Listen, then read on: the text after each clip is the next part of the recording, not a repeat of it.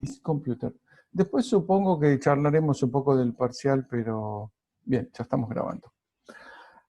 Anoten, esto en los anales de la matemática es la primera clase de análisis 3, donde vamos a hacer un experimento.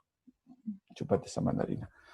Esto es un... qué quilombo que hice. Esperen que me manché todo.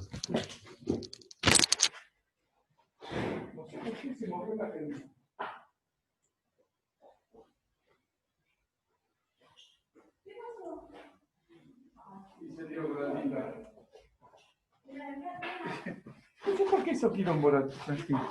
¿Es tan corto?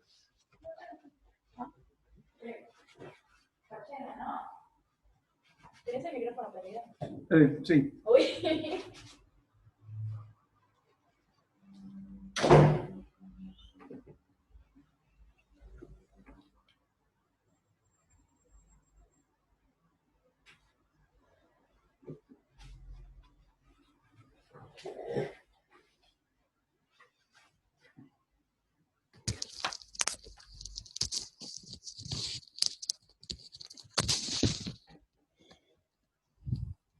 Bueno, estoy de vuelta. No se imaginan el quilombo que acabo de hacer con la tinta. Eso explicaría por qué no se hacen experimentos en la clase de análisis. Miren, así quedó mi mano. ¿Ven? Bueno. Voy a hacer esto un cachito. ¿Ven? Esto es... Lo voy a hacer igual, sí, a la mí ya me manché. Esto es una jeringa, tinta, hay tinta acá adentro. Esto es un tachito con agua. Voy a poner un poco de tinta en el fondo. ¿Ven? Un cachito. Un cachito. Recuerden esto, capturo pantalla. Y vamos a dejar esto acá al lado para que no haga quilombo más el profesor. Y dejemos que la naturaleza actúe. Miren qué redondito salió, precioso. Lo muevo con todo cuidado. Y acuérdense porque yo me voy a olvidar. Bueno, ¿está? Sí, metí tinta en agua, no es nada complicado, no va a explotar nada, espero. No va a cambiar nada de color. Y menos va a salir algo vivo de ahí atacándonos. Bueno, vamos a empezar entonces con las generalidades de la clase. Después charlaremos un rato sobre clase 20, ecuaciones diferenciales. Vamos acá a presentación. Más o menos me voy a tener que bañar después de esta clase. Vamos a compartir pantalla. Sí, video, ya está grabado. Yo lo quería hacer más ordenado, pero bueno, está grabado. Vamos a compartir esto. Igual, esto lo pueden hacer en sus casas, niños, se pueden pedirle ayuda a sus papás. Y van a ver por qué esto de meter un poco de tinta en el agua, no toda la tinta que fue a mi mano, pero sí la tinta que fue al agua, porque ya vamos a ver. Vamos a ver. Bueno, están viendo perdí el mouse. Están viendo esta primera transparencia, esta primera imagen que dice generalidades de las ecuaciones diferenciales, que no me dice absolutamente nada. Y vamos a ver D'Alembert, solamente el enunciado y vamos a ver qué implicaciones tiene y qué diferencias hay entre las ecuaciones de las que vamos a ver. ¿Sí? Entonces, este es un pequeño paneo, es un pequeñísimo paneo de las cosas que pueden aparecer.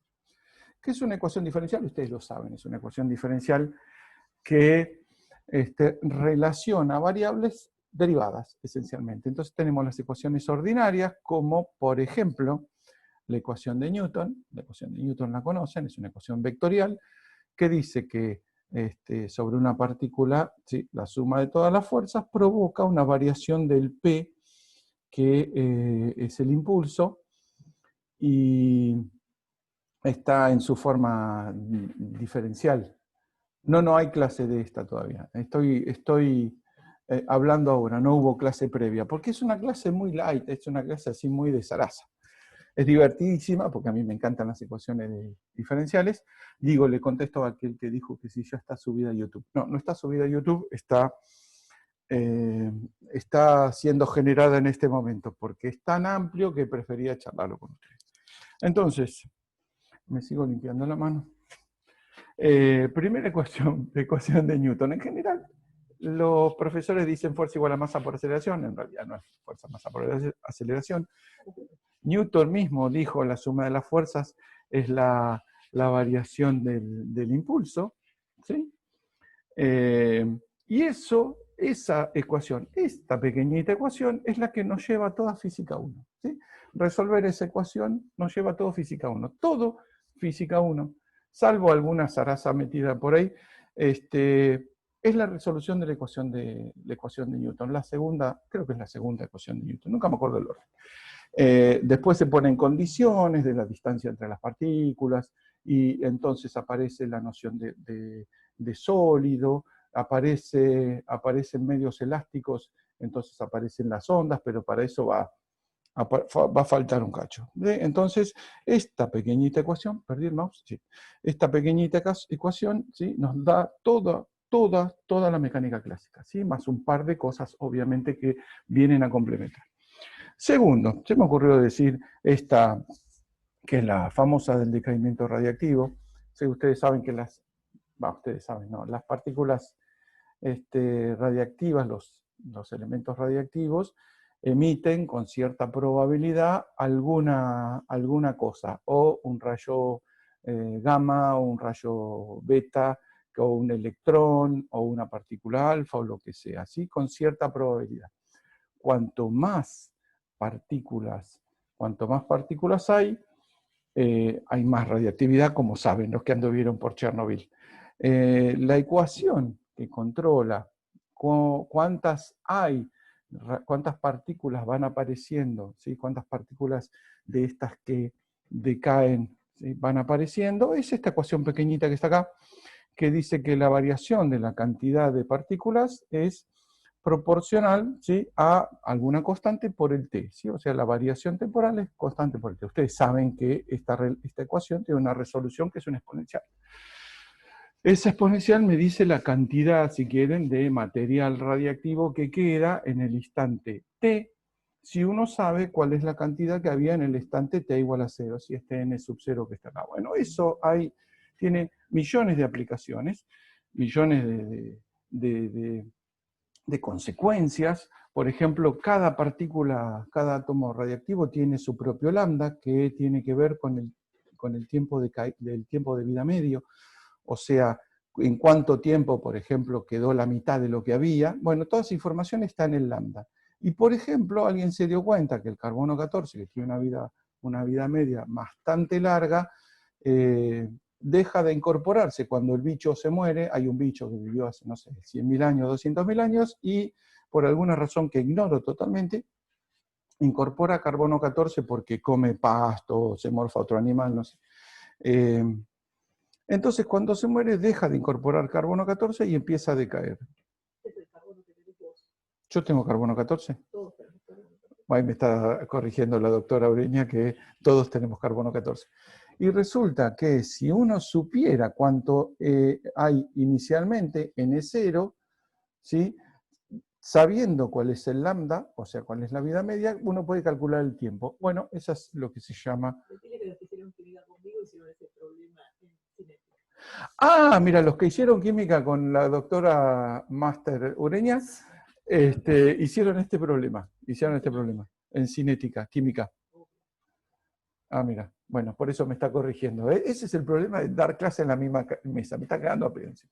Bueno, la cuestión es que, entonces, esto sirve, si uno encuentra el mouse, esto sirve para darse cuenta en qué momento murió un bicho. ¿De dónde surgió? De una ecuación diferencial que tiene que ver con una cuestión estadística.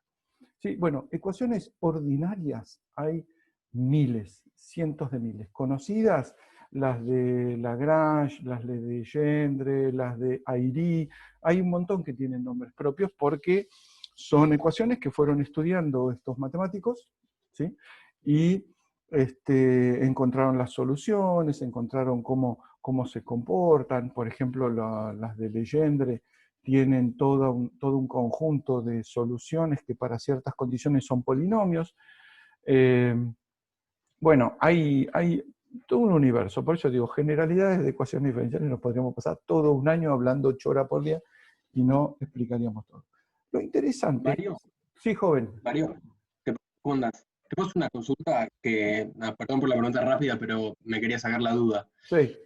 Si yo derivo n de t con respecto al tiempo, no me da menos lambda t. N de t respecto...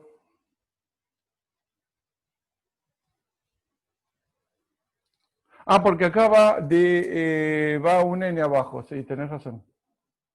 Ah, ok. Sí, lo copié mal, sí, va un n. Pero necesariamente tiene que dar lo mismo, digamos. ¿Cómo dar lo mismo?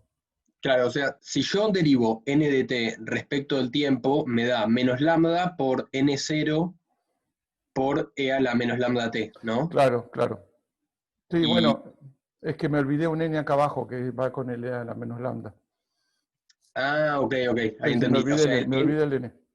Sí, ok, esta sí, efectivamente me olvidé el n, y esta es correcta, o sea, n de t va como una exponencial. Sí, tenés toda la razón. pero vos, o sea, vos decís que deberías poner el n abajo, n de t abajo. Sí, estoy casi seguro. Sí, para que me dé esta exponencial. Ok, listo, era eso. Gracias. Sí, toda la razón, toda la razón. La cuestión es que ¿cómo se llama? Mi alocución va en el sentido de estas dos cosas son las ecuaciones, bien escritas, son las ecuaciones diferenciales que después me dan un comportamiento. Si uno en general en su trabajo, al menos en mi trabajo como físico, o el trabajo de los físicos, tiene en general como objetivo encontrar cuál es la ecuación que caracteriza cierta cosa. Una vez que uno tiene la ecuación, ya está, empieza a buscarle las distintas soluciones. Y es lo que pasa con Newton y es lo que pasa con los decaimientos o con un montón de soluciones. La cuestión es que no siempre hay una sola variable importante, en general hay más de una variable, entonces las ecuaciones dejan de ser ordinarias, que ustedes saben cuáles son los métodos para resolverla, o en general por integración o por series, o hay varios métodos que directamente atacan la solución del problema. Cuando uno tiene cosas como derivadas parciales, fíjense acá hay muchas cosas, la solución no es tan fácil, no se puede integrar así nomás y encontrar la solución. ¿Por qué? Porque sigue estando derivado respecto de la otra. Entonces, por ejemplo, estas, si bien no son las ecuaciones de Maxwell completas, son, digamos, las que me van a dar las ecuaciones de Maxwell, que son, fíjense, todas ecuaciones diferenciales. ¿Sí? La ley de Faraday, ¿sí? la de la corriente inducida, que se puede escribir así, no, la ley de Faraday no, la ley de Ampère, ¿sí? Es la que me da la corriente inducida.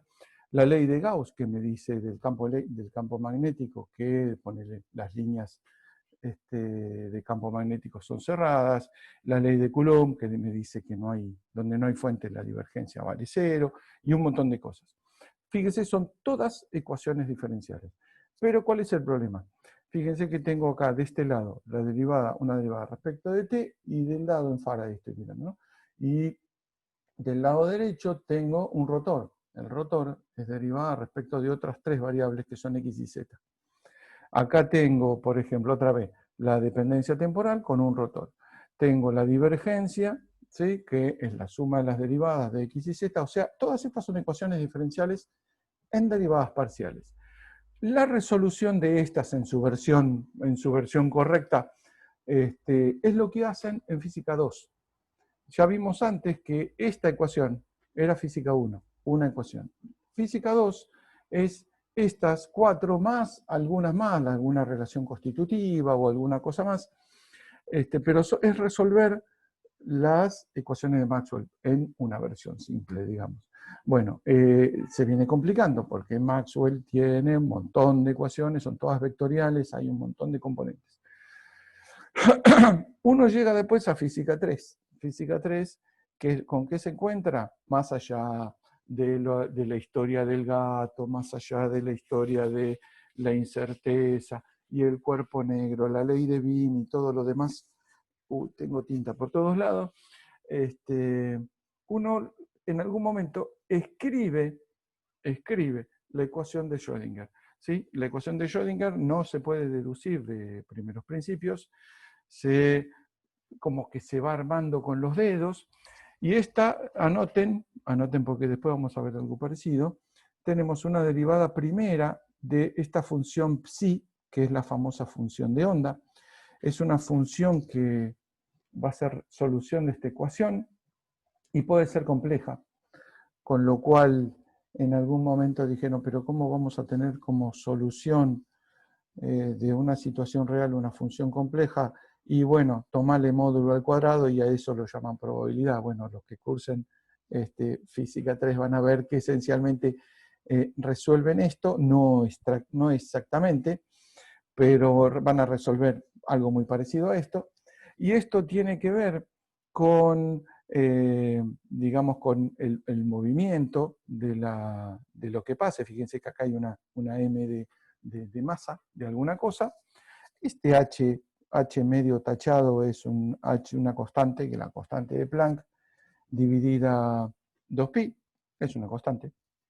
Este b es un potencial, y resulta que esta ecuación, que fíjense que depende de un montón de variables, 3 espaciales, x y z más t, en general es muy difícil de resolver. Al menos en las primeras materias. Esta ecuación más o menos completa, se resuelve en una materia que se llama cuántica, que en ingeniería no se cursa, por suerte, pero es interesante para un montón de aplicaciones, cosas como moléculas, cosas parecidas. Bueno, entonces, la versión que sí se estudia en materias como física 3, fíjense acá puse física 3, es la versión independiente del tiempo. La versión independiente del tiempo, uno mete acá independencia en el tiempo, me elimina el término izquierda, el término de la mano izquierda, y me queda todo esto, ¿sí? El término de la mano derecha, que fíjense que uno puede reescribirlo, que acá abajo está simplemente el término de arriba igual a 0 a la izquierda. Uno puede escribirlo como un operador que se llama, ¿sí? Como una función que se aplica sobre psi, ¿sí? Y que me da, ahora sí, cierta relación con la energía. Sí, Emiliano, te hago una consulta. Pregunta nomás.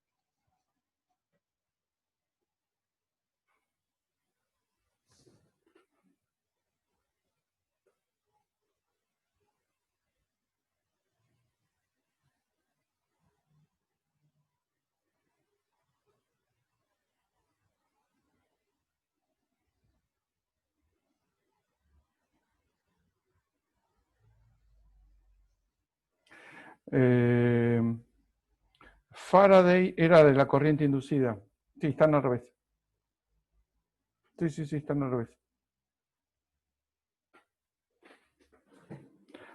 Porque, sí. Porque Faraday es la corriente inducida. Sí, están al revés. Sí, perdón. Miren, otro error.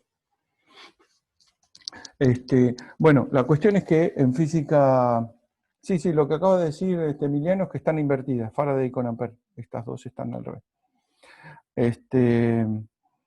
Lo que se ve en física 1, en física 3, perdón, resuelven esta ecuación, ¿sí? Esta ecuación, donde B es el potencial. Y esta ecuación se resuelve en algunos casos particulares. Por ejemplo, cuando B es un oscilador armónico, o sea, un mínimo local, o cuando este B es un potencial tipo 1 sobre R, que resuelven esencialmente el átomo de hidrógeno. Entonces ahí se encuentran las soluciones.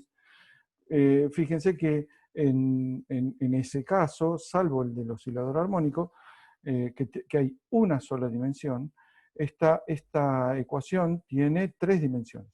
¿Sí? Ya cuando uno habla de 3 dimensiones en las ecuaciones se empieza a complicar bastante.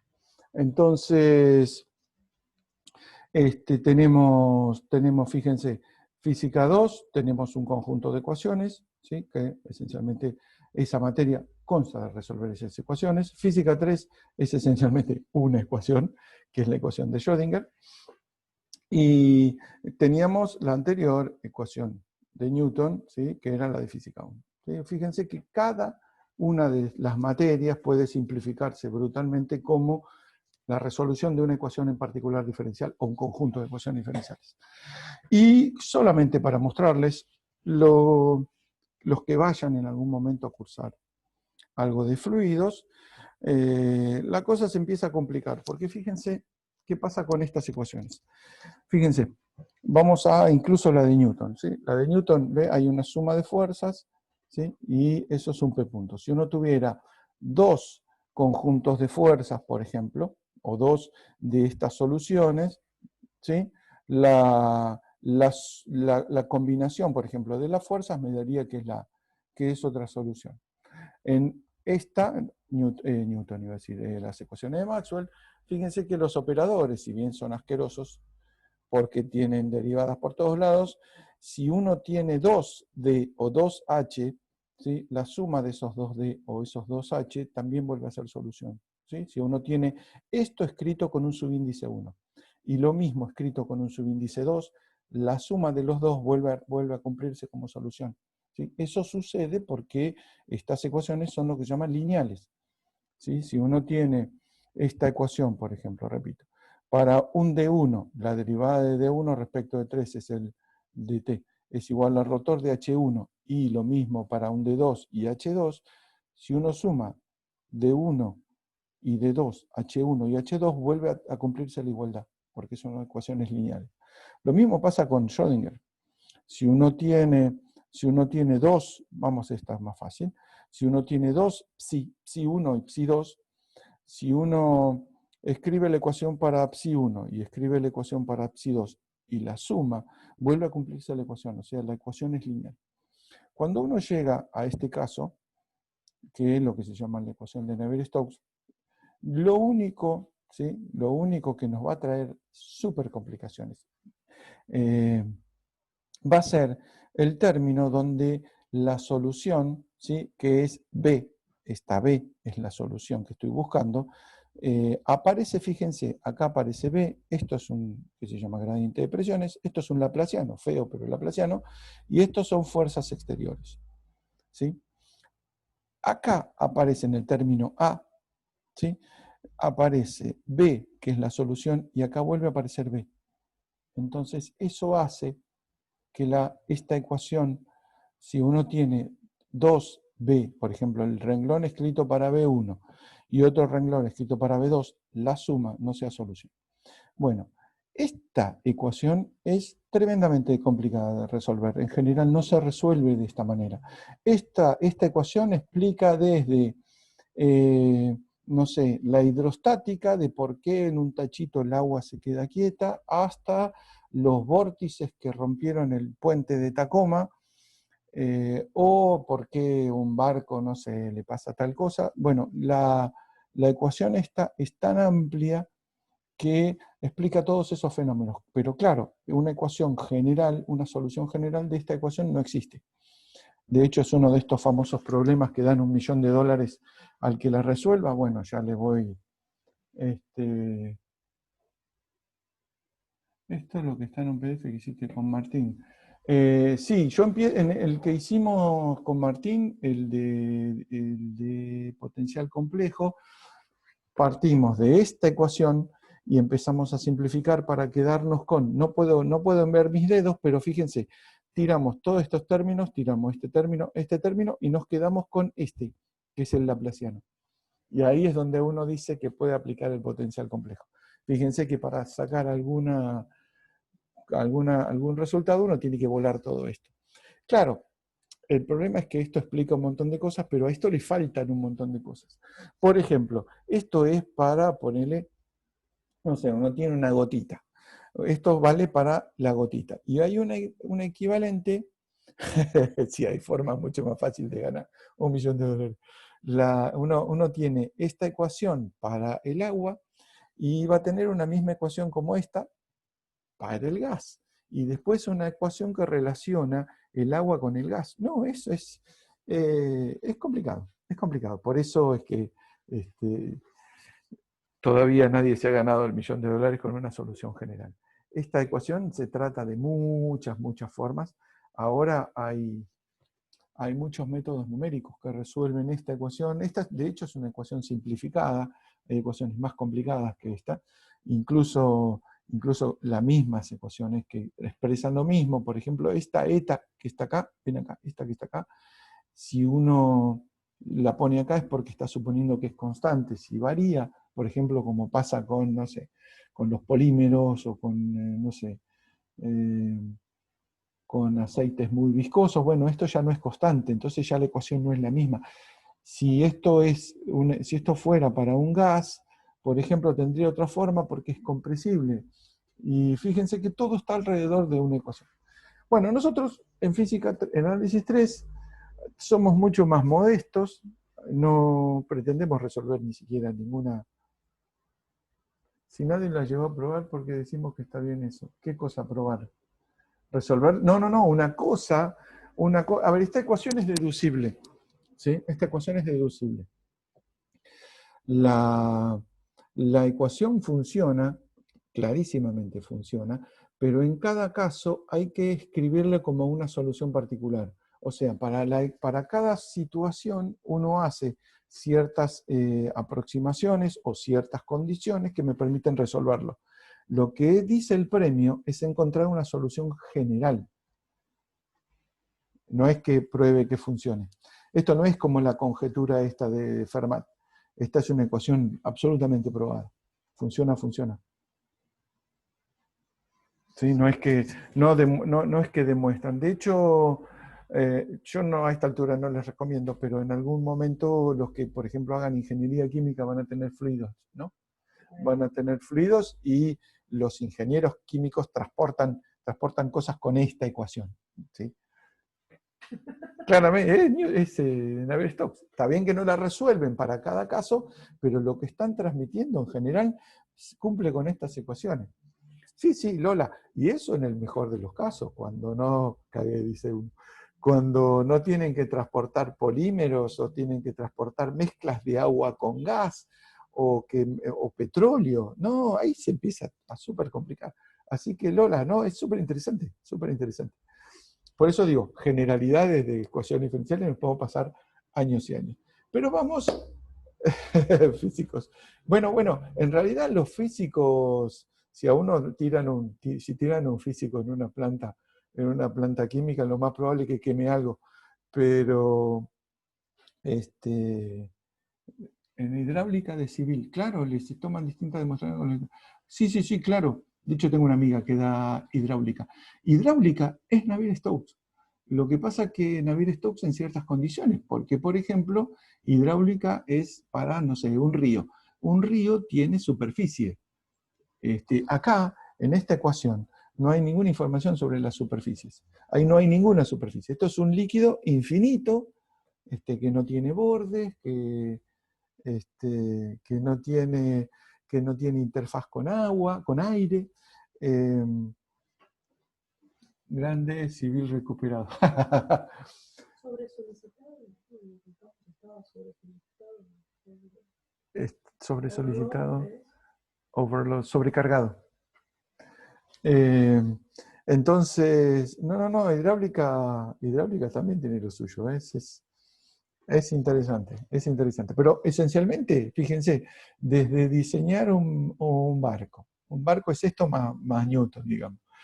Un puerto, donde poner, qué sé yo, soportes en los puentes para que el agua no se lo lleve y todo eso, y en algún momento tienen que resolver una ecuación como esta. O sea, las ecuaciones que se resuelven son ecuaciones diferenciales. Y en condiciones geométricas complicadas, y en grandes superficies, en grandes tamaños. Es toda una historia. Pero bueno, esto es análisis 3. Estoy mirando cómo va el experimento. Muy bonito el experimento. Nosotros somos mucho más modestos. Menos mal que en informática usamos ceros y unos. Bueno, en este momento existen un montón de programas que resuelven, por ejemplo, las ecuaciones de Navier-Stokes. El Fluent, o no me acuerdo ahora los nombres, son programas que ¿cómo se llama? Que las ecuaciones se discretizan, precisamente porque se usa un mallado discreto, y dependiendo cómo se discretizan, funcionan mejor o peor. Y ahí los informáticos tienen mucho que ver cuando se resuelven ecuaciones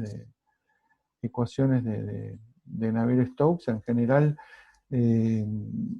tienen varios componentes, condiciones geométricas complicadas, y ahí la informática ya te tiene que levantar los, ¿cómo se llama?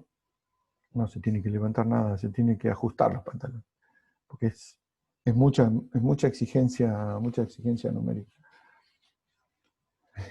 Números y unos. Ahora, esto es lo que mucho más modestamente vemos en análisis 3. ¿Sí? Vamos a ver esencialmente 3 tipos de ecuaciones. Vamos a ver la ecuación de Laplace, vamos a ver la ecuación de difusión, ¿sí? Y la ecuación de ondas. ¿Sí? La ecuación de Laplace es esta que está acá. Esta ya la conocen.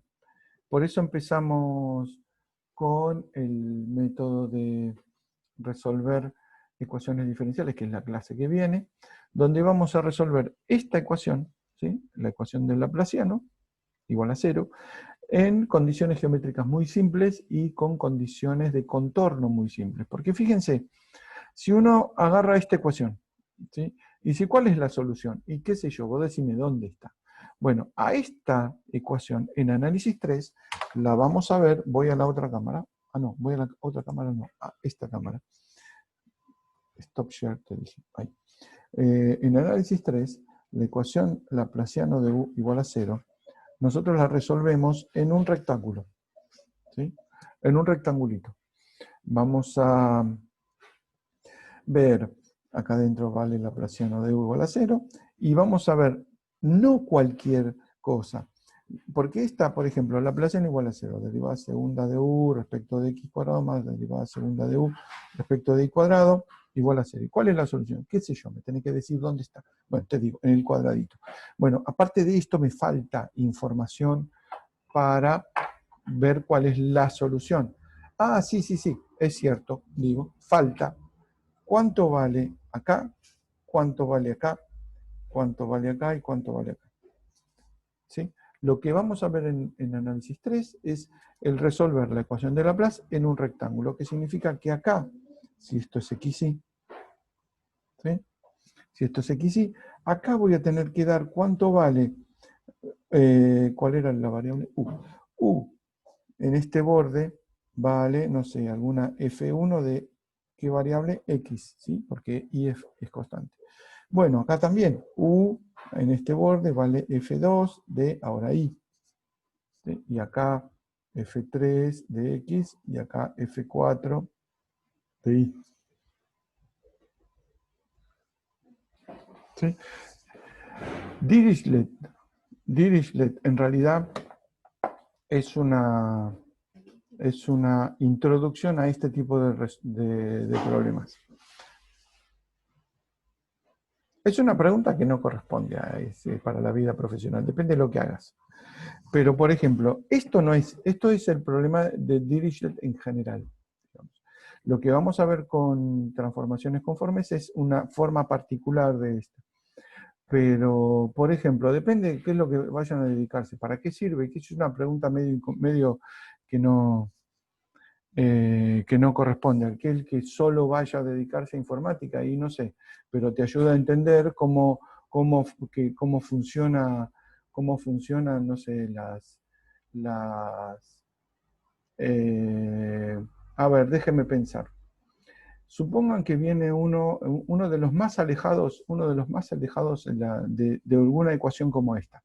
Pongamos, informática. Informática dice, yo no tengo nada que ver con estas ecuaciones. ¿Sí? ¿Por qué? Porque yo solamente voy a programar en C, o en lo que se programa. Sí, pero un ingeniero informático también diseña componentes. Un componente como el procesador, por ejemplo, como todos saben, se calienta. ¿Por qué? Porque no es ideal. Ahí, efecto Joule. Bueno, si se calienta, se me funde. Cagamos, no lo puedo fundir, lo tengo que enfriar. ¿Y cómo lo enfrío? ¿Le echo agua? No, agua no podés porque es conductora. Sí, pero no de cualquier manera. Entonces, dice, bueno, está bien, pero le tengo que enfriar de alguna manera. Y metele aire. ¿Y cómo le meto aire? Bueno, ahí es donde empiezan, por ejemplo, los cositos que ustedes saben. Acá está el procesador, ¿sí? Y le ponen estos cositos así, estos álabes, ¿sí? Con metal. Y le meten aire por acá. ¿Por qué se le pone álabes y por qué no se le pone en otra cosa? Porque está maximizando la superficie en contacto con el aire. ¿Qué es lo que controla? El flujo de aire. ¿Qué es lo que controla el intercambio de calor entre el aire y el metal? ¿Y qué es lo que controla el intercambio de calor entre el metal y el procesador? Bueno, unas versiones modificadas de estas tres ecuaciones. ¿Sí? ¿Qué es lo que yo creo? Que quizá no tengan que resolver nunca una ecuación como esta, pero sí tienen que saber más o menos cómo funciona. Un ingeniero informático, vuelvo al problema, ¿sí? Conozco un colega que es, ¿dónde es que está? Noruega, Suecia, siempre me los confundo, los muy rubios me los confundo. Con Noruega, pongamos una universidad de Noruega, está trabajando en un laboratorio donde están optimizando el intercambio de calor en procesadores, porque a esta altura una de las limitaciones de hacer crecer más los procesadores es que no pueden deshacerse de la cantidad de calor que generan. Entonces, ¿qué están haciendo? Están haciendo cosas, voy a decir una brutalidad porque me acuerdo más o menos, están metiéndole cañitos con agua, ¿sí? Que entran en el procesador, salen del procesador, ¿sí? Así como el de la heladera, bueno, pero más chiquititos, son microcanales. Son canales del orden de 150 micrones, donde le tienen que mandar un flujo de agua, ¿sí? O de un líquido particular, para deshacerse del problema del calor. Ahora, ¿a qué distancia tienen que ponerlo? ¿En qué condiciones? ¿Con qué geometría? Bueno, son todos problemas a resolver. Y una vez que uno se enfrenta a este problema, tiene que volver a las bases. Y si en las bases ustedes no vieron nunca una cosa como esa, no tienen ni idea. Siempre está la posibilidad de llamar a alguien que sepa, pero bueno, se supone que ustedes son ingenieros. Más o menos es una explicación, y les podría dar una explicación millones de otras cosas. Nunca había escuchado igual. No es fuera de lugar, es una pregunta perfectamente pertinente. Es una pregunta perfectamente pertinente. Yo no me enojé ni mucho menos, pero me parece que esos son los tipos de preguntas que uno se tiene que hacer. Porque, por ejemplo, yo no sé si en análisis 3 le hubieran dado esta respuesta. Yo le doy esta respuesta desde el punto de vista de que soy físico. Y yo, al ser físico, yo estas cosas no las veo como cosas de la matemática, yo las veo como cosas de la física. Entonces, por ejemplo, la ecuación de Laplace es una ecuación que parece una cosa así muy que no tiene nada que ver con la ingeniería, y tiene que ver muchísimo con la ingeniería de alimentos, por ejemplo, porque las bacterias tienen, aparte de la costumbre de infectarnos, de crecer de forma laplaciana. ¿Por qué? Y no sé, habría que preguntarle a los biólogos, pero por ejemplo son cosas que se comportan como laplacianos. Las vibraciones, no tengo por qué decirle que son importantes, porque otra de las tres ecuaciones que vimos es la ecuación de ondas. Las vibraciones son ondas de alta frecuencia, pero son ondas. Y cómo se transmiten en los distintos materiales, qué es lo que hacen cuando hay un cambio de material. Y todo eso en algún momento lo tienen que haber visto, aunque sea simplificado. Yo creo que hay muchas cosas que se usan de análisis 3 en la vida profesional de ustedes, ingenieros, los físicos.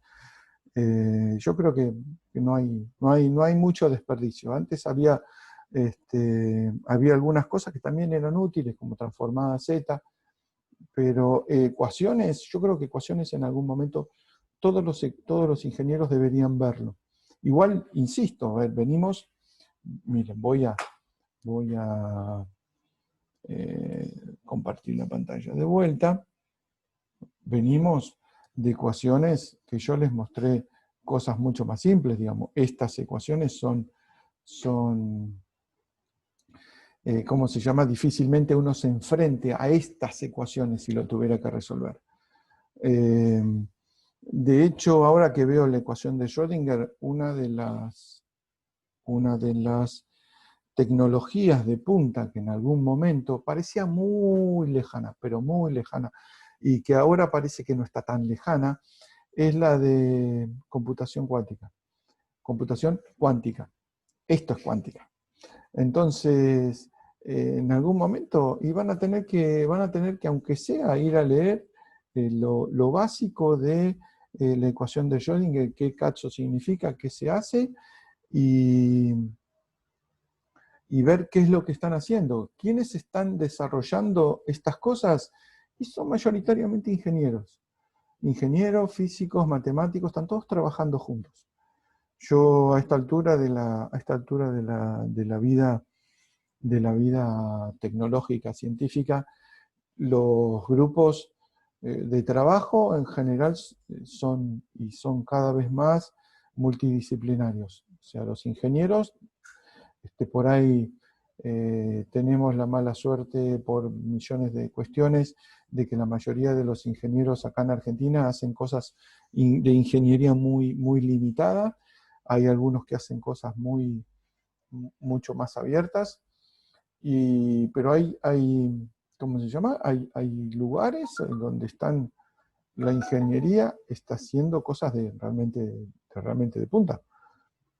Y trabajando con cosas que están más, si quieren, del lado de la física que de la Barbie, dice Andrea. Que está más del lado, si quieren, de la física que de la ingeniería. Para mí no hay mucha diferencia entre un físico y un ingeniero, salvo por ahí de la cuestión de aplicación. Yo lo veo así. Obviamente hay un montón de ingenieros que hacen cosas que no tengo ni idea y un montón de físicos que no pueden hacer de ingeniero, pero yo creo que somos bastante parecidos. Sí, consulta. Yo te voy a responder cualquier cosa, y yo del ámbito laboral no sé mucho, pero a ver. No estoy esperando a que me pregunten. Estoy preocupada por tu hija, no por vos. No, yo me estoy estirando la espalda. Sí, salud. Salud. Sí, ¿qué tal, Mario? Disculpa. Hola, sí, ¿cómo andas? Sí, no, te quería consultar, ya que estabas mencionando un poco sobre el tema de la importancia de la investigación, o por lo menos eso estoy entendiendo yo. A mí me interesa mucho cuáles son los pasos para terminar siendo investigador, así como ingeniero, digamos. Sí.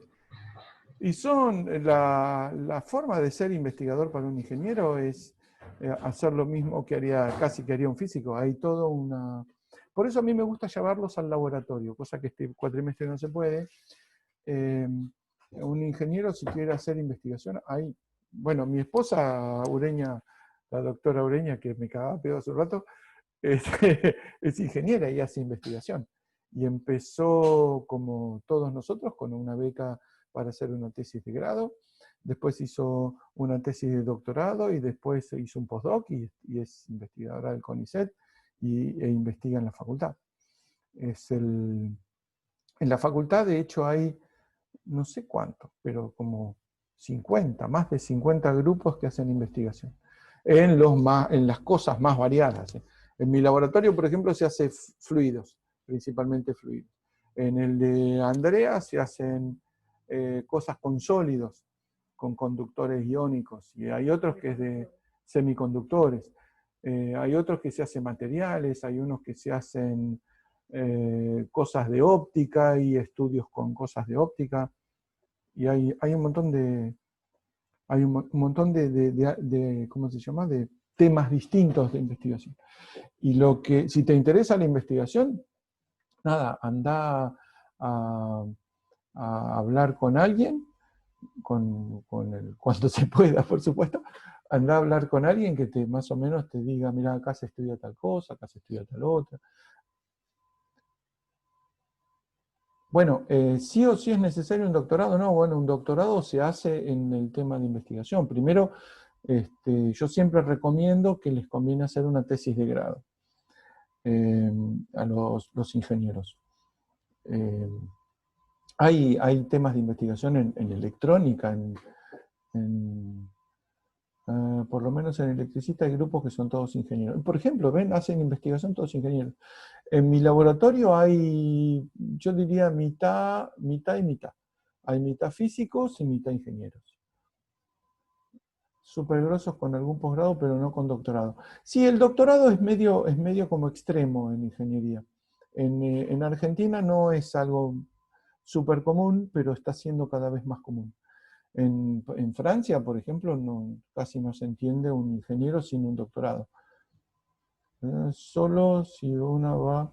¿La tesis la recomendás? No. Yo creo que preguntas si recomiendo hacer tesis solo si uno va a hacer investigación. No, yo creo que te abre la cabeza y ver cómo se trabaja en un tema de investigación. Un tema de investigación esencialmente no es que uno va a salir en la televisión con los pelos todos desordenados, sino que uno tiene un problema y tiene que ver la forma de sacar la información. Lo que sea. Eso en general da más beneficios para uno que por ahí para la ciencia, porque te enseña a qué es lo que tenés que hacer para sacar información de lo que querés aprender. ¿Por qué pasa tal cosa? Y bueno, eso es un tema de investigación. Si eso te lleva a un súper descubrimiento o solo un resultado pequeño, digamos, es cuestión del tema, es cuestión de suerte, es un montón de cosas. Yo, de hecho, en mi laboratorio se han hecho muchas tesis de grado, en Poroso se han hecho muchas tesis de grado de ingenieros. Ingenieros de todos hemos tenido, de electrónicos, muchos químicos, porque los químicos tienen mucho que ver con la física de fluidos, o mecánicos también, pero también tuvimos un par de informáticos que hicieron tesis de física, o sea, de un tema de investigación de física y lo usaron para informática. Ahora están un poco hinchapelotas con la cuestión de que no se puede hacer cualquier cosa, pero los temas tienen que ver en general. Las cosas que hacemos en el laboratorio son, no diría que hacemos física aplicada, pero estamos cerca de la aplicación. No hacemos ingeniería, hacemos más física básica, pero yo creo que es beneficioso hacer una tesis.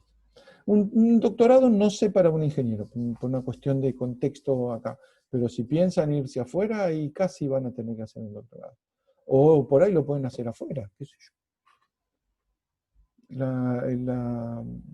El mundo de la investigación no es solamente investigación en física, es investigación en un montón de cosas, en el MIT, en el Caltech, en esos lugares, en materiales. Hay cosas que son súper ingenieriles. Yo digo, estos tipos que hacen los ¿cómo se llaman? Los sistemas estos para refrigeración de procesadores. Eso es absolutamente ingeniería. ¿Eh? Se va a difundir mucho, ¿eh? Mirá, no se difundió mucho. No se difundió mucho. La tesis, eso ya lo leí. Más o menos respondí. Yo, después está el contexto argentino. El contexto argentino, ustedes saben, es un contexto bastante complicado, porque acá en Argentina no hay las empresas grandes, no hacen investigación acá, o hacen investigación más bien aplicada. Las empresas afuera hacen cosas de investigación. A ver, la otra vez no, ya hace un par de años, un chico quiso, déjenme acordar, un chico que era ingeniero mecánico, hizo una tesis en mi laboratorio y después hizo una tesis de doctorado en Francia en Me sale Fate, pero no es Fate. ¿Cómo se llama la empresa de gomas de Francia? Michelin. Hizo una tesis de doctorado en Michelin sobre el hidroplaneo. Investigación. Y es súper ingenieril. Y aparte salva vidas. Y eso es fluidos. No sé, hay mucho y muchísimo. Hay muchísimo. Yo, es lo que preguntaba, dice por ahí, ¿no? Que no era. No, es totalmente adecuado. Yo creo que uno tiene que apuntar. En este grupo debe haber seguramente algunos que solo quieren hacer un tipo de ingeniería, algunos que solo quieren hacer otro tipo de ingeniería. Es totalmente válido, es perfecto. Algunos que van a ser más técnicos, algunos que van a ser más fumados, más de quiero aprender esto, quiero aprender lo otro. Y yo creo que todos tienen cabida. La ingeniería es súper amplia. La ingeniería va desde casi un técnico hasta un físico, digamos, un químico o un matemático. O sea, están como en el medio de todo, es como el nexo entre todo. Uno cuando quiere hacer algo, construir algo, no llama a un físico, llama a un ingeniero. El físico le va a escribir lindas las ecuaciones, pero no le va a construir nada. Y tiene que haber un nexo entre todos. No sé si contesto mucho, pero es una discusión que deberían darse ustedes. Bueno, estoy mirando la tinta todavía, no sé por qué se corrió para el costado. Debe ser que... bueno, en un rato se los muestro. Bueno, ¿volvemos? Volvemos. ¿Qué tengo que hacer? Tengo que volver a este caso. Bueno, eso. Estábamos acá, esperen, no estamos acá. No shareamos nada. Entonces estábamos en este caso, ¿sí? Bueno, fíjense que esta ecuación ustedes la resolvieron, o la van a resolver en Física 2, en condiciones geométricas distintas. Pero ¿qué pasa? En Análisis 3, nosotros no hacemos física, hacemos matemática. Entonces, la geometría que usamos para resolver los problemas es una geometría simplificada, porque ahora volvemos a la transparencia de hace un rato. Las tres ecuaciones que estudiamos tienen todas dos dimensiones. Esta tiene dos dimensiones espaciales, ¿sí? Que son X e Y. Pero esto bien podría ser Física 2. Podríamos resolver el laplaciano de Física 2, y es lo que hacen esencialmente en electrostática, nada más que el laplaciano vale 0 en donde no están las cargas y distinta de 0 donde están las cargas, esencialmente. Pero bueno, en Análisis 3 elegimos... llegó Ureña pateando la mesa.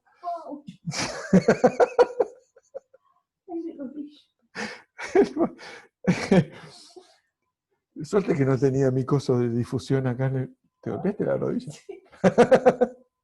Vamos a la siguiente. Bueno.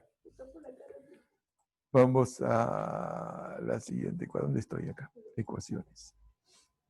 Vamos acá. ¿Sí?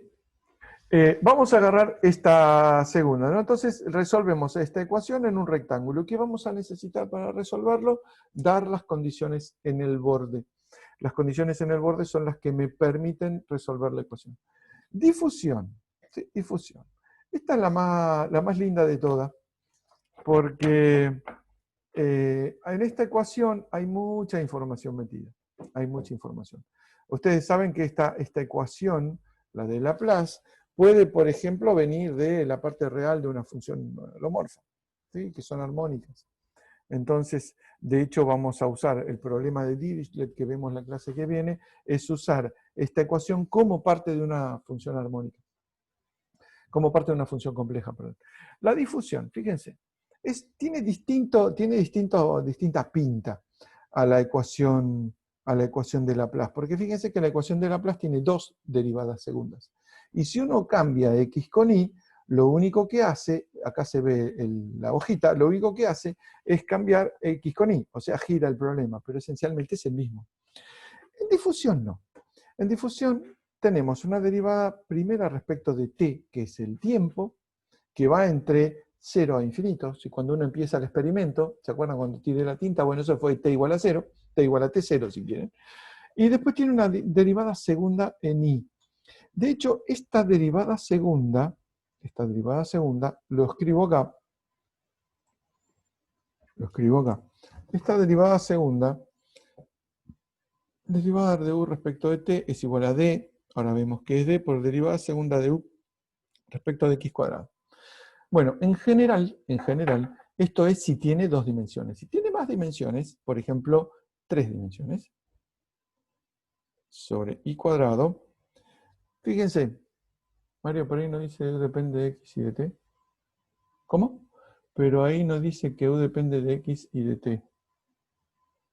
Ah, ¿cómo puse ahí? ¿Puse ahí? Ah, qué salame. Sí. Acá debería decir x. No sé por qué me quedó y. Esto es una x. ¿Sí? Bueno, si u depende de x y de t, la derivada segunda respecto de y vale 0, así que no tiene sentido. Es una x esta. No sé por qué me quedó una. Ah, porque debo haberlo copiado del anterior.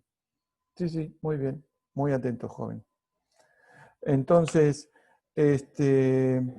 resulta que este tipo de problemas, este tipo de ecuaciones, se llama de difusión, aunque a los matemáticos les gusta llamarle ecuación del calor. El calor, ¿sí? El calor no es lo único que difunde, pero sí fue el primero que se estudió. ¿Que lo estudió quién? Fourier, 1820, digamos. ¿Eh? Sí, en esa época se estudió todo. Había que remontarlo eso. Pues, ¿sí? Entonces, los matemáticos en general lo llaman ecuación del calor, pero yo le digo ecuación de difusión porque es una ecuación de difusión. Resulta que esto representa la difusión de algo. Por ejemplo, la tinta que puse al principio de la clase. Por eso la dejé quietita para ver qué pasaba. Esto está dando cuenta de fenómenos que difunden. ¿Qué significa? Si uno tiene una taza, por ejemplo, una taza cuadrada, ¿sí? Vamos a hacerle la manija bien, y tiene té acá arriba, ¿sí? Té, hasta acá, y echa azúcar, supongamos que echa mucho azúcar. ¿Sí? Ustedes saben que el azúcar es soluble en agua. Y si no lo saben, deberían saberlo. Es soluble en agua. ¿Eh? No es 100% soluble, tiene una solubilidad. A ver, gente que dice, ¿Quién me mandó a hacer? loca, Chile. Es bastante soluble. De la temperatura. Y depende de la Hágame acordar que la próxima vez no dé clase en la misma mesa. Bueno, el azúcar es bastante soluble en el agua, ¿te gusta? En el té es bastante soluble. Porque está caliente. Dormís en el sofá, me mandaron. ¿Te gusta bastante? Porque el té está caliente. Bueno, entonces uno cuando le echa una cantidad razonable de azúcar, ¿sí? Si uno lo mete con cuidado, lo pone con cuidado, el azúcar va a quedar en el fondo, ¿sí? Pero no por muchísimo tiempo, porque se va a empezar a disolver, ¿sí? Se va a empezar a solubilizar, ¿se dice? Antes que me mire feo. Bueno, se va a empezar a disolver en el té. Pero claro, ¿cómo se va a empezar a disolver? Depende de este parámetro D. Fíjense, D tiene unidades de U, no importa porque aparece U de ambos lados, tiene unidades, ¿sí?, de L cuadrado sobre T. Este D, que se llama coeficiente de difusión.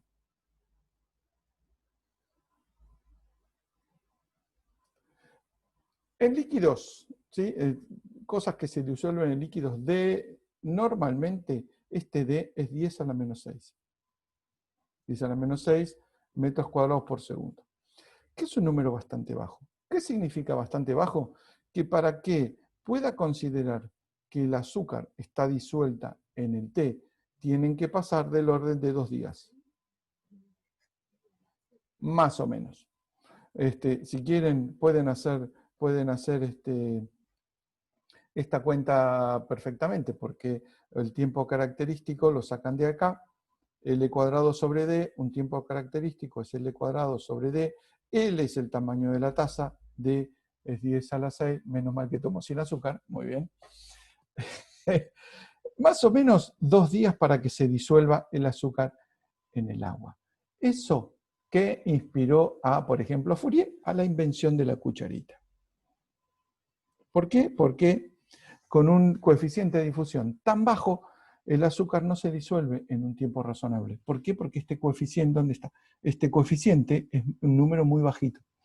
Es tan bajito que si uno dejara el azúcar sin mezclarlo, no se mezclaría. Y ahí vengo a agarrar el tachito de vuelta. Con todo cuidado.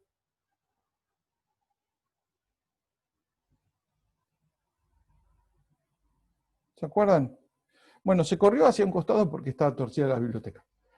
Pero fíjense, disuelto, lo que se dice disuelto, no está la tinta en el agua. Está en el fondo, está un poquito desparramada, pero no está disuelta. ¿Qué pasó? 1 hora. Sí, pasó 1 hora y miren lo que se mezcló. Si esto fuera azúcar en el té, la mayor parte del té estaría sin azúcar y todo el azúcar estaría en el fondo. Eso que me está diciendo que este fenómeno de la tinta difundiendo en el agua es un fenómeno muy lento. ¿Por qué? Por culpa del parámetro D, que es el coeficiente de difusión. Lo voy a poner de vuelta en donde estaba, sin mezclarlo. Y al final de la clase vamos a ver qué tanto cambió. Ya, igual lo moví un poco, solamente. Bueno, esto, ¿en qué está basado? ¿En qué está basado este comportamiento? Está basado en lo que se llama la ley de Fick. La ley de Fick, que dice, ¿por qué el azúcar se va a ir al ¿cómo se llama? Al té y no va a quedar siempre ahí porque es soluble? ¿Sí? Bueno, porque es soluble, precisamente.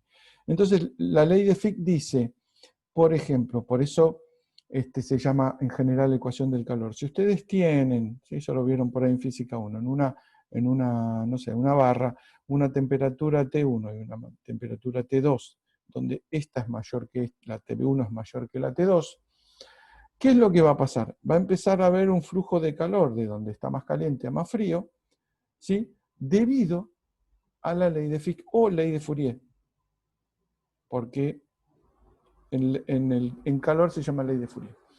Y lo que dice es que hay un flujo, ¿sí? Un flujo, o J, depende cómo se llame, que es menos el gradiente de lo que sea, no sé, la temperatura, por ejemplo. Menos el gradiente de la temperatura. Va en el sentido de más grande a más chico. Nunca al revés. ¿Por qué no ocurre al revés? ¿Por qué no va del más frío al más caliente?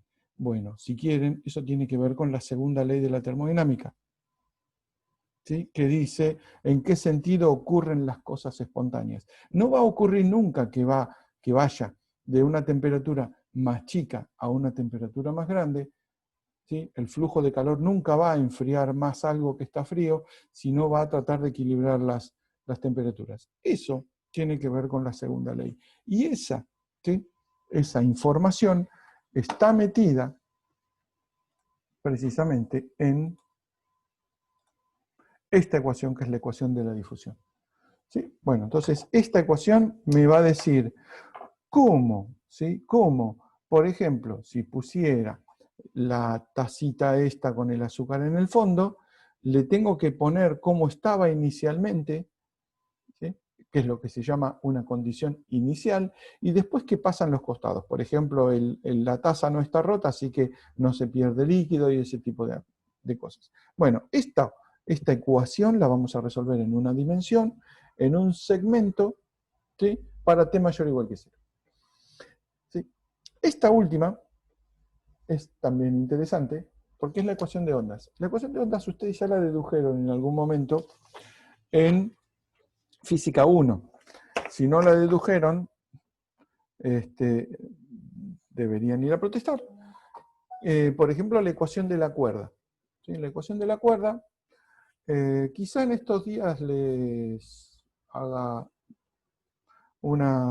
sí, una demostración, en realidad lo mismo que en física 1, pero lo que es interesante de esta ecuación es que es distinta a las dos anteriores, por eso las tres son distintas, ¿no?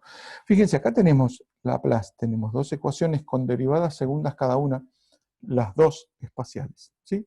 Un rectángulo de trabajo.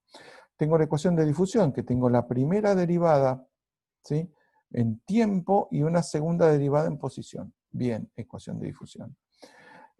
Con esta necesito una condición inicial y después ver cómo evoluciona. Ahora volvemos sobre la de Schrödinger. Y esta, no, acá no debería decir igual a 0. Está mal, está igual a 0.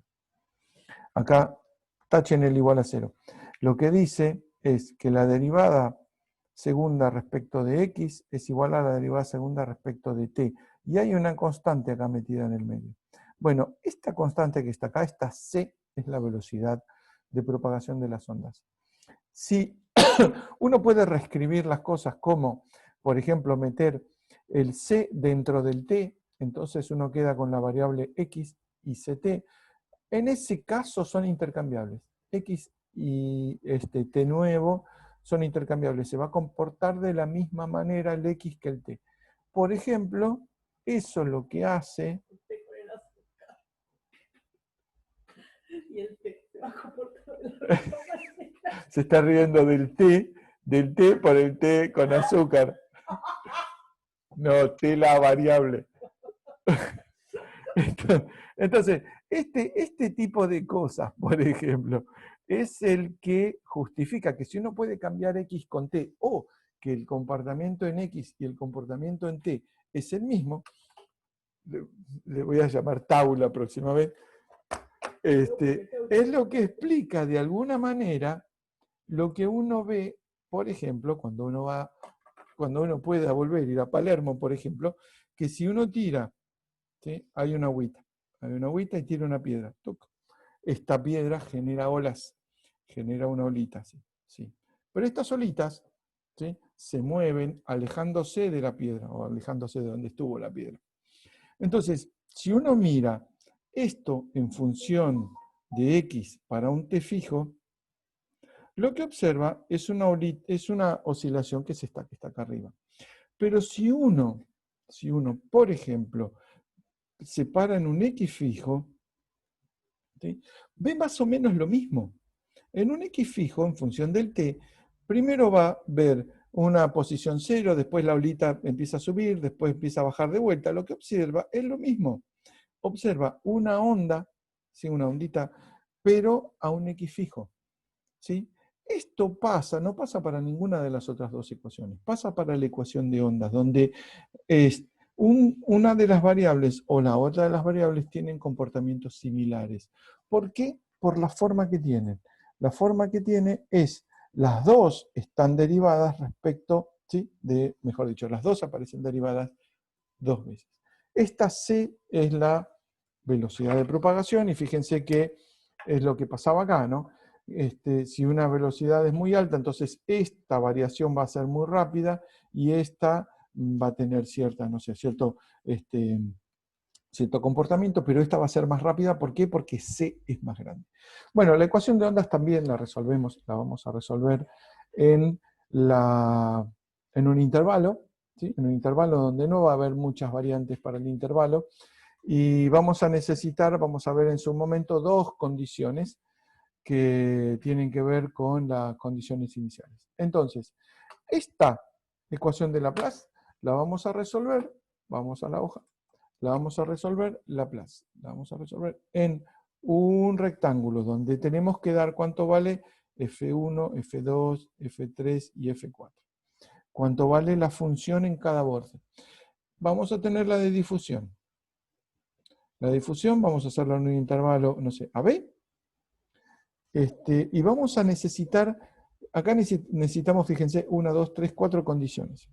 Y acá vamos a necesitar 3 condiciones, que va a ser U en t igual a 0, vamos a ver, U para todo x t igual a 0. ¿Cuánto vale U para x igual a A para todo t, y U para x igual a B para todo t? ¿sí? Vamos a tener que dar estas tres informaciones. A esto se llama, va a ser una función de x, fíjense. Es una, no sé, f, vamos a poner f de x. Esto es una función de t, vamos a ponerle g de t. Y a esta también es una función de t, h de t. A esta, como fíjense que ocurre a t igual a 0 cuando empieza el experimento, se llama condición inicial.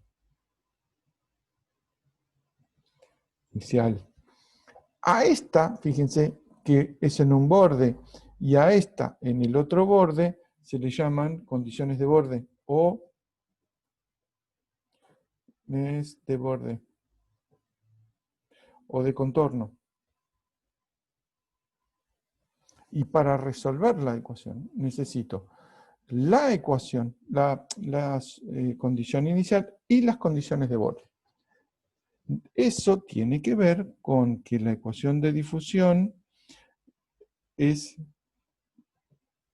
tiene una derivada en t, una condición en t, dos derivadas en x, dos condiciones en x. Tiene que ver con eso. Y por último, la de ondas. Vamos a derivada de u respecto de x cuadrado, derivada de u respecto de t cuadrado, y siempre l cuadrado sobre t cuadrado, l cuadrado sobre t cuadrado, el c cuadrado va acá. No, el 1 sobre c cuadrado. ¿Sí?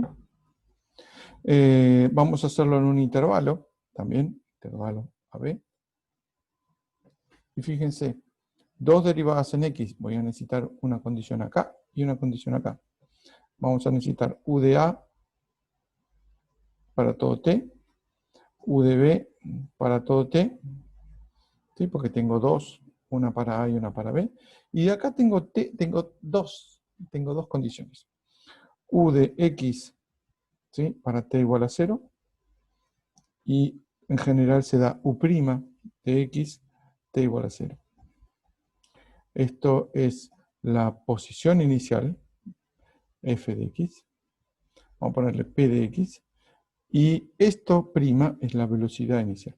¿Recuerdan que en física 1, no sé, esta es una función de t y esta es una g de t? Necesito 4 condiciones.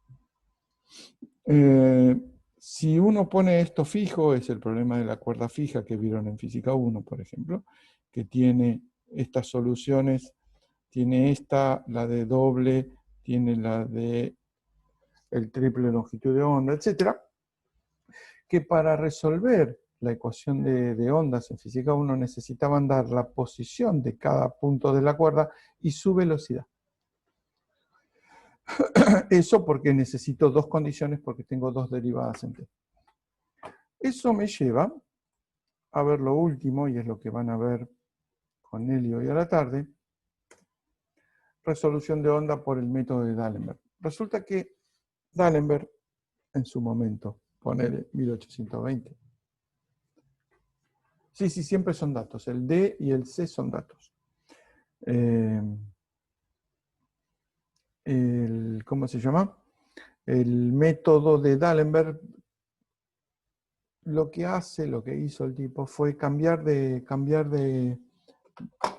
variables.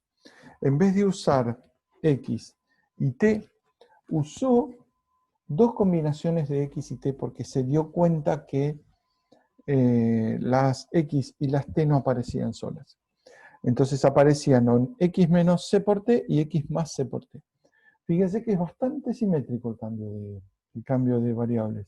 De hecho, x menos c por t, si uno tiene una función que es, por ejemplo, no sé, un triangulito, y esto está graficado, su variable es x menos c por t, fíjense que esto implica, ¿sí?, que esto es una función de una sola variable. Lo que quiere decir que si uno lo grafica en función de una x, esto se está moviendo con velocidad c hacia la derecha. ¿Se ve?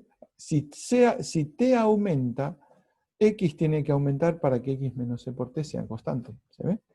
Y si uno tiene una G de X más C por T, tiene el mismo triangulito, lo que pasa es lo mismo, que si T aumenta, X tiene que disminuir para...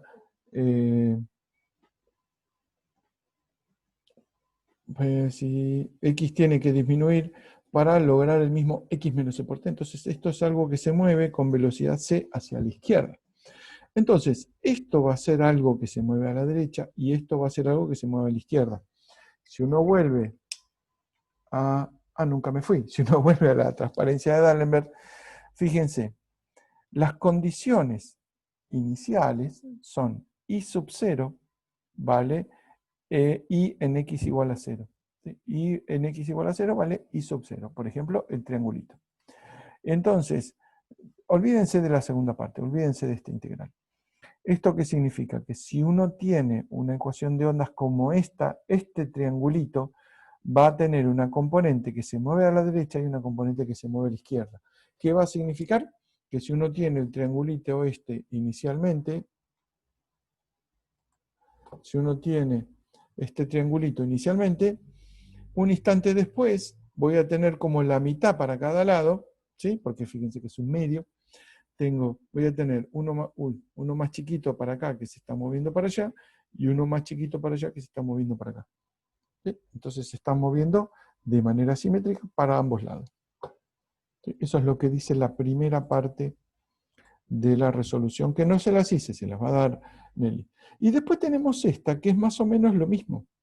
Fíjense, pero esta B sub 0 es la condición inicial de la I'. Y la I' es como la velocidad. Y la velocidad, para obtener la posición, hay que integrarla, que es lo que pasa acá. Entonces, acá también voy a tener una especie de propagación de las condiciones de la velocidad hacia los costados. Es muy interesante porque hay problemas que, si están correctamente planteados, si uno se acuerda de esta solución, salen en 2 renglones. Si no, hay que escribir todo lo que vamos a hacer cuando resolvamos las ecuaciones. El método de D'Alembert es muy interesante, es realmente muy interesante. Así que bueno, estamos con un pequeño panorama de lo que son las ecuaciones diferenciales. Lo único que me falta, qué despelote que hice, es ver qué hizo. Bueno, esto ya se movió todo, en realidad lo moví todo. Pero, sí, no, esto no es difusión. Es más, Tienes convección forzada. esto es convección forzada, esta es la ecuación. Y encima, si me patea la mesa, acá hay un vórtice, acá hay otro vórtice, esto quiere decir que se está moviendo así. Sí, esto difundió más. Bueno, lástima. Háganlo en sus casas y fíjense. No les digo con el té porque si no, no van a empezar el día nunca. Pero tienen un cacho de tinta y miren, déjenlo. Van a ver que tarda muchísimo, muchísimo en disolverse. Así que nada, bueno, esto ya lo moví, así que no tiene ningún sentido la experiencia. ¿Está? ¿Tienen una idea más o menos de la importancia de las ecuaciones diferenciales? Me quedo más tranquilo. ¿Alguna pregunta? ¿Alguna pregunta? ¿Cómo les fue en el parcial? No les pregunté nunca, porque la otra vez... Corrige los parciales. No corregimos todavía. Pero ellos saben, ellos saben. A ver, era muy fácil, pasa palabra. A ver, era fácil el parcial. Era fácil el parcial, no era complicado. El último problema, por ejemplo, lo discutimos mucho con él. Yo no quería, me pareció poco tiempo. Mira vos. Después les voy a hacer una encuesta en Google a ver qué onda. Porque para mí era muy corto. Era muy corto. Me compliqué con la divergencia de la integral. Yo por lo menos no llegué a hacer un punto. Me fui por la rama. Lo mismo, no llegué a hacer un punto. Pero estoy bien. Miren, pero a ver, ¿la integral les dio que convergía? ¿O que no convergía? Accesible, tiempo muy justo. Mira vos. También me faltó uno. No diverge. Yo me equivoqué en la cuenta, tengo que volver para atrás, no llegué también a pasar. El tiempo es muy justo. No, miren tú. Vamos a ver cómo les va. Porque me puse a acotar de cuál. ¿Quién es? Emiliano. Espero esté bien. Para la AB. Por la AB. Parecía fácil, media hora, no, no, no, no. Mire, nosotros no hacemos trampa. Nuestros ejercicios son en general por llegar medio mal preparados. Yo creo, mire, lo que suele suceder en este curso, en el curso nuestro, ahora que estamos con Nelly, vale más o menos lo mismo. Va a sonar gracioso. Sí, diverge la integral. Va a sonar gracioso, pero yo estoy convencido de que es así. Nosotros tenemos una forma, incluso con Nelly, tenemos una forma de dar la materia, quizá que la muestra engañosamente simple. Es una cuestión de cómo damos la materia. La planteamos de forma que ustedes entiendan y yo creo que llegan con exceso de confianza al parcial. Al recuperatorio, el recuperatorio es totalmente distinto. Ahí se dan cuenta que ahí lo matamos. Se dan cuenta que no es tan seguro como no están tan seguros como creían. Me pasó lo de la confianza. Y yo estoy convencido. Yo les pregunté muchas veces y nosotros lo decimos de forma graciosa con Martín. Decíamos, nosotros somos tan grosos que hacemos parecer fácil lo difícil, pero sí, hay algo de eso. Si tengo que ir a recuperar, ya tengo mucha medida como para rendir. Bueno, eso es bueno. Eso es bueno. Yo creo que este parcial no lo hubiéramos tomado en una condición normal, en un cuatrimestre normal, porque es muy fácil. Esto hubiera sido un recuperatorio así de lástima, claro, para tipo 24 de diciembre, entonces viene Papá Noel con el parcial bajo el brazo, pero bueno, son condiciones muy distintas. La integral diverge, efectivamente la integral diverge. El del FIC me bailó sabroso. El del FIC me bailó sabroso. Me escriben raro esto, me bailó sabroso. O tu corrector está hablando, me dejó pintar. Era una boludez, por favor. A ver, miren, vamos a ver 2 segundos. ¿Por qué me parece? ¿Te puedo hacer una pregunta que seguro la respuesta es una simple oración? A ver. A mí me pasó en el test que la verdad no sabía cómo encararlo y dije, ¿y por qué no y si yo soy los residuos, ¿por qué no lo saco con fórmula integral de Cauchy? Perdón, con teorema de los residuos. Y calculo que eso está mal, pero no entiendo por qué. ¿De cuál problema estás hablando? El tercero. ¿Cuál era el tercero? ¿El de las integrales? El de las integrales. Y sí, esencialmente es el teorema de los residuos. Depende cómo lo hayas planteado, porque era algo que no vimos todavía. Era algo que no habíamos visto todavía, pero espera que mi computadora se puso tonta. Estoy buscando el parcial. Me dejó pintado porque se decidió que fuera 2 horas en todas las cátedras. 3 horas era mucho. Es más, yo estaba pensando en hacerlo de 1 hora.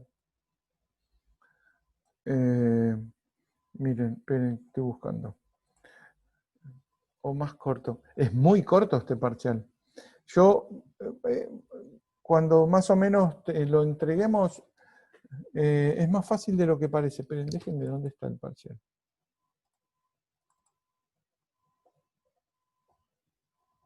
Evaluaciones, a ver. Parcial, ¿Van a subir resuelto? No, no creo. Yo supongo que lo va a discutir. Por ahí si lo discuten con Nelly. A ver, lo tengo acá.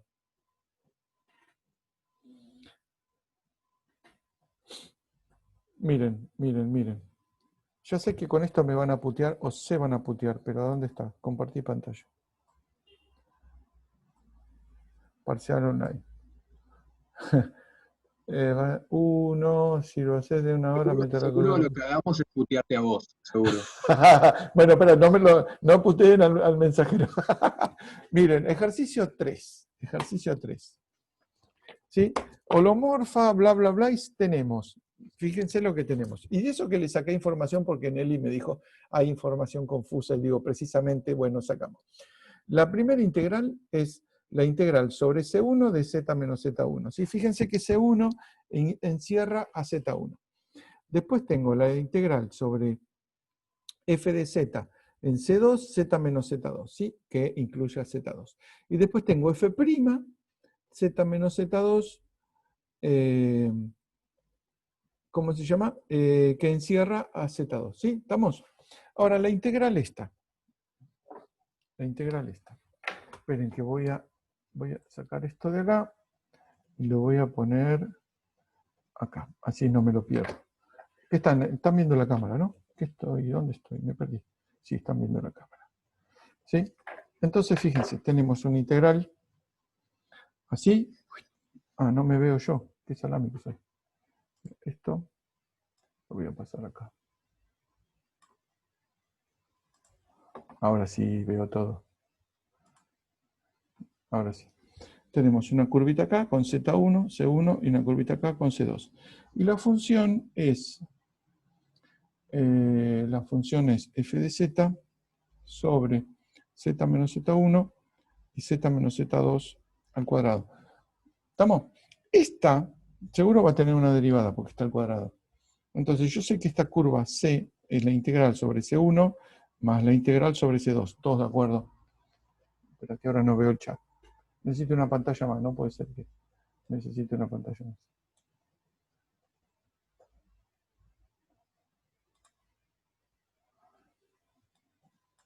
Bueno, la integral sobre C1, que en su interior está Z1, recuerden, ¿no? Y acá está Z2. La integral sobre C1, f de z sobre z menos, bueno, vamos a hacerlo más grande. La integral sobre C1, f de z sobre z menos z1, z menos z2 al cuadrado. Sobre C1, esta, ¿sí? Se anula. Entonces, lo que es la función holomorfa es esta. ¿Sí o no? Entonces, lo que tengo es que la integral, ¿sí? Esto va a ser la f de z sobre z menos z2. Bueno, ¿dónde está?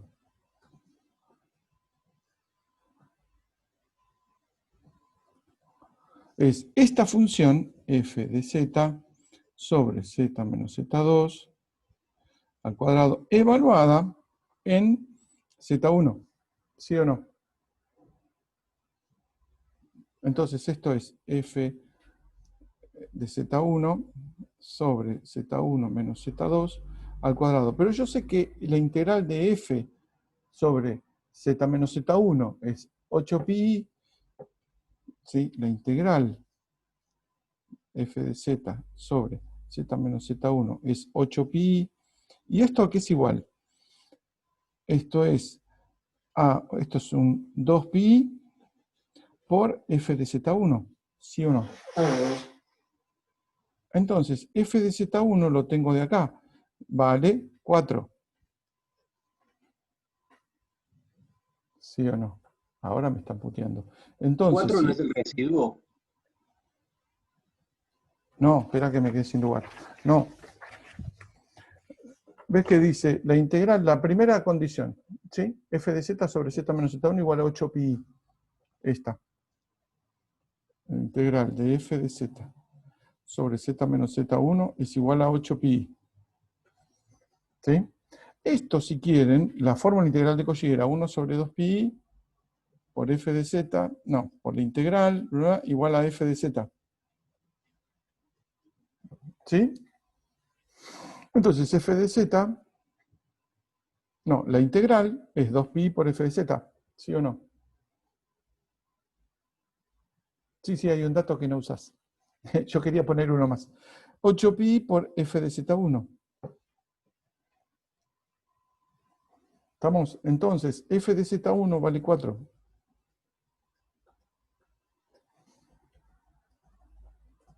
¿Estamos?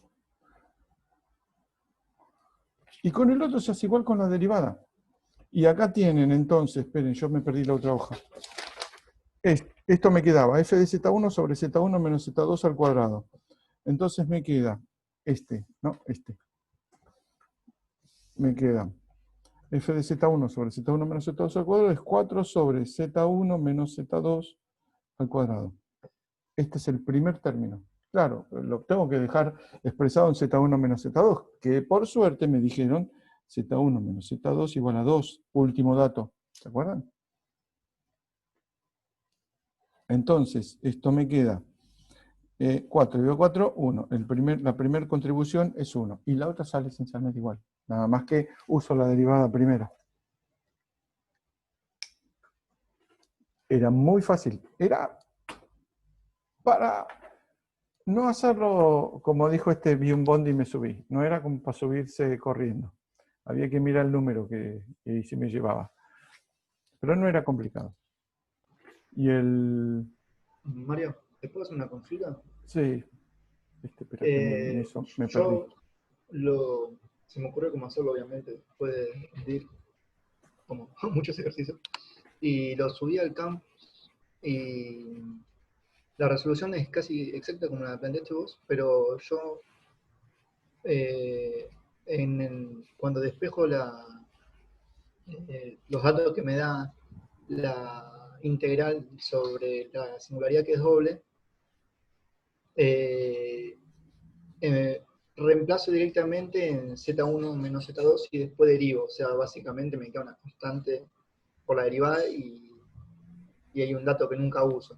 No, hay un dato que no usás, el de f de z en z2, pero no podés derivar después porque es una constante, ¿no? Ya lo, ¿cómo se llama? Ya lo especificaste en z2.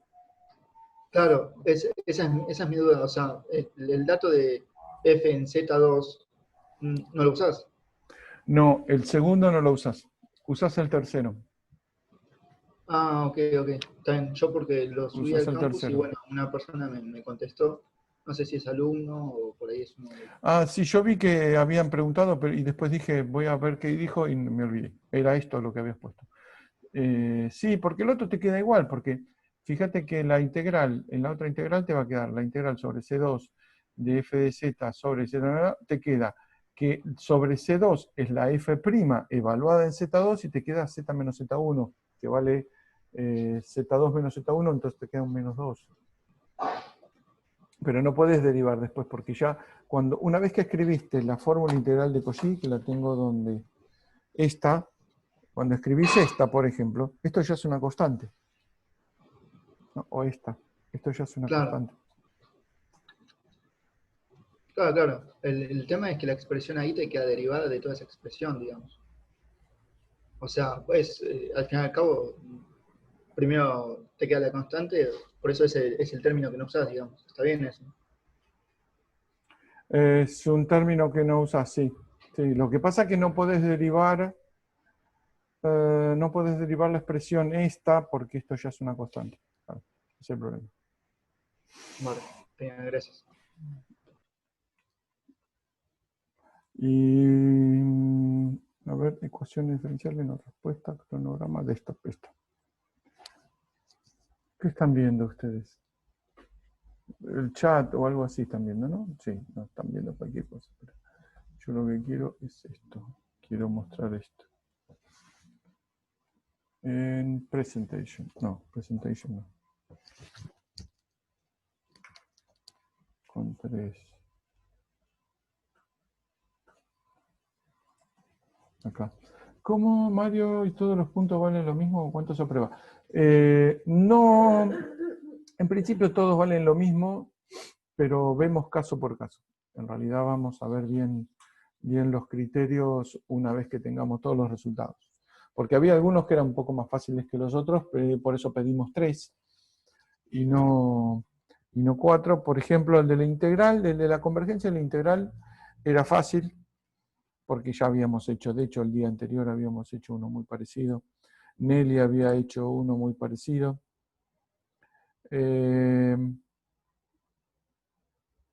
La integral, esta de la singularidad, bueno, era quizá el más complicado. Este era fácil, había que escribirlo en potencias de z-1. Después, Este era fácil, era la versión inicial era más complicada. Y ponerle había que hacerlo con cuidado. El 2 había que hacerlo con un poco de cuidado. Pero sale. Pero bueno, después haremos una, ¿cómo se llama? Cuando tengamos los datos de los aprobados y las notas y esas cosas, haremos una encuesta para ver qué onda. Porque si ahora me dicen, no, mucho tiempo, bla, bla, bla, y aprobó la mayoría, entonces estaba bien. O sea, son unos quejosos. Pero si de cuenta se eliminan, no, los errores de cuenta se eliminan en el ejercicio, no. Yo ya les conté cómo corregimos. En general un error de cuentas no es solamente un error de cuentas. Se puede transformar en un error de concepto si uno ve el contexto en el resto del ejercicio. No se podía saber los residuos de Z1, no, los residuos no los necesitaban. Los residuos no los necesitaban. Errores de cuenta, no. Depende mucho del contexto. Depende mucho del contexto. Es difícil decir que había un error de concepto solamente con una cuenta, porque no, le dio 15 pi, y qué sé yo, no se puede. En cambio, si a alguno le da, no sé, una temperatura menos 5000 grados centígrados, y no se puede, menos de 273 no se puede. Ahí hay un concepto, pero acá en análisis más complicado. Así que... Mario, insisto, el 4, ¿viste el 4 que vos sacaste que era FZ1? El 4, ¿qué 4? No, del ejercicio 3 que vos sacaste que F de Z1 era 4. Sí, Eso. ¿Eso no es el residuo de Z1? El residuo Z1. Sí, si queréis verlo como el residuo, sí, es el residuo de F. De F sobre Z menos Z1.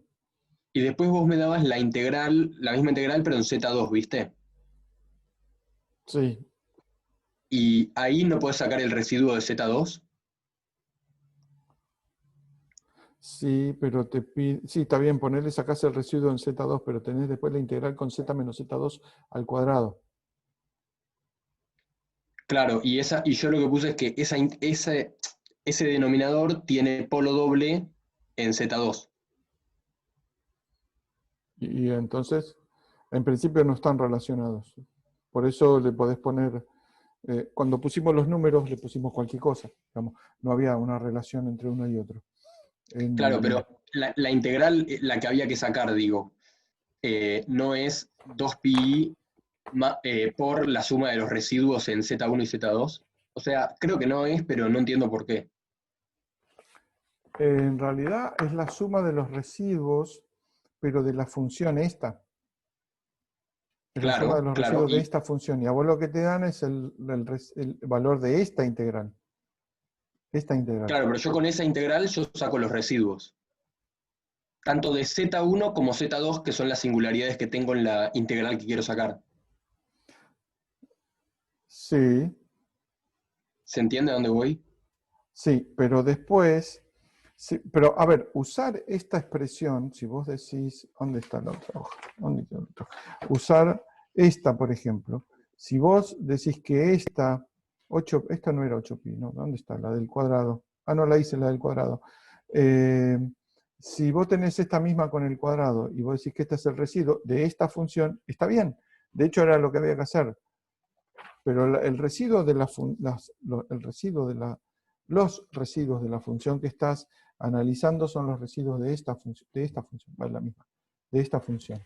Entonces depende cómo lo escribiste en realidad. En este caso, vos lo que te sirve acá tenés un z menos z1, te sirve el valor de esta integral y te sirve el valor de esta integral, ¿no? Acá un 2, está muy chiquitito, no sé si se nota. Sí, finalmente es el residuo de algo, hay que ver si está, digamos, correctamente puesto cuál es ese algo. ¿Se entiende? Pero mis singularidades en esta función son Z1 y Z2. De esta función. Sí. Sí, sí, el resultado de esta integral es la suma de los dos residuos. Es la suma de los dos residuos por 2pi. Sí, por 2pi, pero de esta función. Ah, ok. ¿No? O sea, cuando vos sacás un residuo, lo sacás de una función, no de una singularidad. No, claro, es de una función. Ok, Es de una ahí función. está. De una función Listo. en el punto. Esto, si querés, mira, esto. O sea, perdón, de acuerdo a, por ejemplo, la función, vos tenés un residuo que vale distinto, aunque sea en el mismo punto. No sé si no, creo que estoy diciendo cualquier cosa, pero en el mismo punto, si vos agarrás dos funciones distintas que tengan la misma Sí, sí, singularidad, claro, claro, depende claro, depende de la función. Depende de la listo, ya está, función. ya está. Por eso el residuo uno lo nota de f en z0. Depende de f y de z0. Sí, está bien, fue un invento ante Sí. no saber cómo hacerlo, o lo inventé, Por pero está ejemplo, bien. esta función z menos z0 y esta función, ¿sí?, tienen la singularidad en el mismo lugar, pero el residuo es distinto. Este vale 5 veces este. Clarísimo, clarísimo.